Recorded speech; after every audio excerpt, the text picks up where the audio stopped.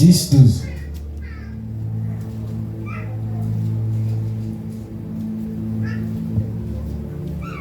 Ainsi donc que celui qui croit être debout prenne garde de tomber. Vous voyez? Mais ils sont. Quand on a dit prétendre que Dieu est debout, fais attention de ne pas tomber. Et celui qui a tombé, qui se relève. Mon maïcha, c'est ça. Il y a les hauts et les bas. Il y a les tombés et les se relever. Pour nous, un chrétien, ou si tu prétends être plus fort, ou quoi, fais gaffe de ne pas tomber. Et toi qui fais tomber les autres, réfléchis comment changer ton entourage. Alléluia.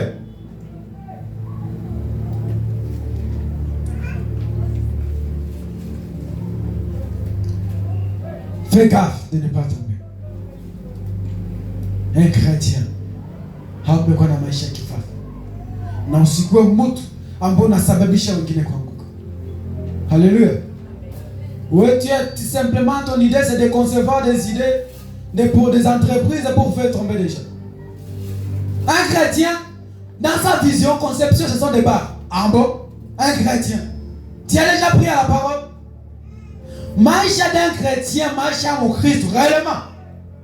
Et non, pas la maisha, il est différent de ce monde. Le monde veut que tu boites. Mais la parole veut que tu marches selon la vérité. Okay. Tu es entendu. Alléluia. Le deuxième point que nous allons parler, c'est les mauvais amis ou l'entourage. C'est ça, c'est qui détruit nombreux de nos chrétiens. Des amis. Tu sais, dans l'église, il peut y avoir un mauvais entourage qui sont contre la parole qui est en train d'être prêchée. Voilà tout le qui la dit que la femme s'est fait quoi? C'est taise dans les ensembles. C'est la vérité qui est en train d'être prêchée. Mais quelqu'un, yeye kwanza haiamini, anaenda tena anakambia mwenzake tusinifate vile. Dans l'église, frère, je peux dire il est mieux qu'un païen de l'extérieur, qu'un croyant comme un païen dans l'église. Vous n'allez pas.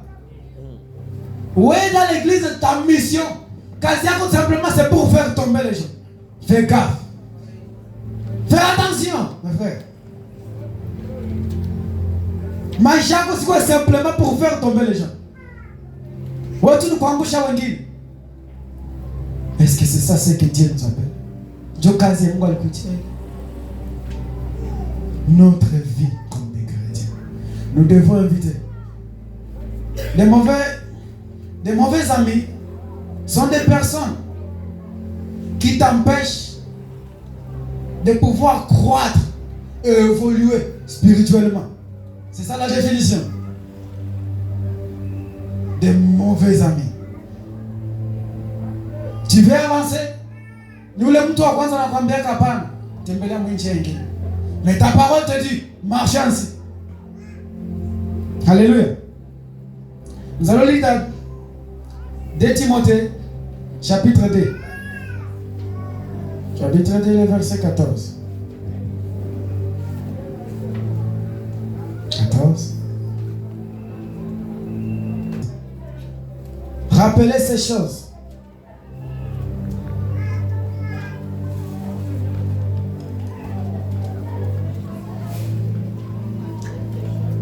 Rappelle ces choses en conjurant devant Dieu. Rappelle ces choses en conjurant devant Dieu. Qu'on évite de disputes, des mots qui ne servent qu'à la ruine de ceux qui l'écoutent.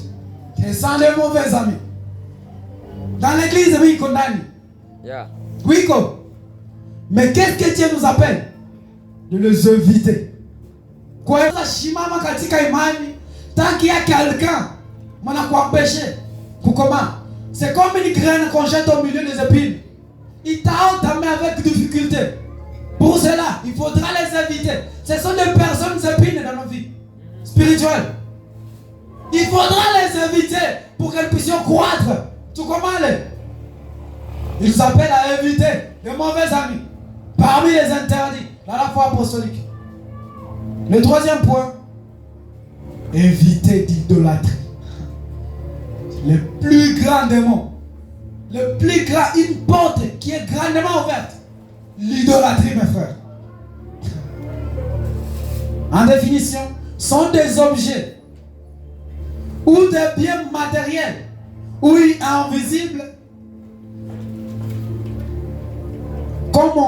comme une quitte d'idolâtrie. Définition de l'idolâtrie sont des objets matériels, invisibles, qui permettent de tomber. À la base, parmi les idolâtries, nous allons voir l'idolâtrie comme un statut que tu as créé. Bikira, un statut que tu adores. Soit disant que tu adores Dieu. Est-ce que Dieu a des images sur la terre? Non. Même Jésus, quand il était sur la terre, il n'y avait pas encore la photographie. Mais comment l'image de Jésus apparaît dans les églises?